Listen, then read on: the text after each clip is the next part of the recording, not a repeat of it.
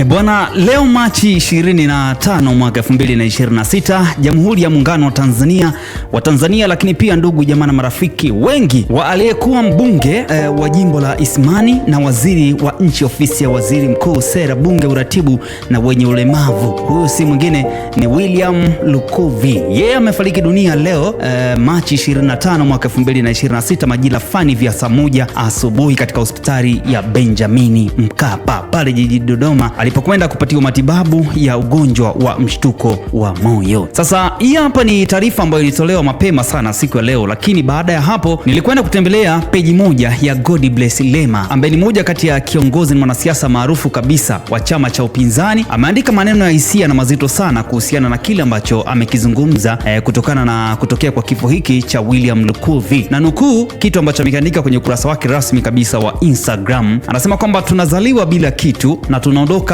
bila kitu. Kifo hutukumbusha unyenyekevu wa maisha. Ukiyatafakari maisha kwa kina, utajifunza mengi, lakini zaidi ya yote utajifunza upendo, huruma, haki na utu wema. Ndio vitu vya msingi katika maisha tunayoishi, maana hapa duniani tunapita kwa kasi kubwa sana. Haijalishi tunamiliki nini au sisi ni nani, kifo ni kumbusho kuwa kesho yetu haipaswi kuwa chanzo cha maumivu kwa wengine hata kidogo.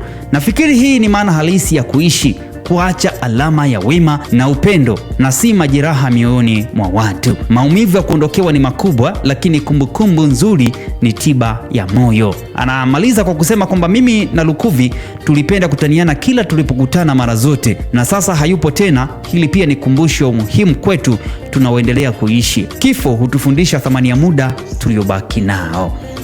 Huyo ni God Bless Lema aliyeweza kushare posti hiyo, lakini pia akakumbusha kitu ambacho alikiposti siku zilizopita kuhusiana na William Lukuvi. Yeye aliandika kwa herufi kubwa kwamba kataa dharau, lakini akaendelea kwa kusema kwamba unaweza kuishi bila kazi ya serikali, una umri wa kutetea principle kuliko chakula. Kwanza, kwa umri wako ni lazima utakuwa na masharti ya kula, kwa hiyo mboga za majani na matango huwezi shindwa.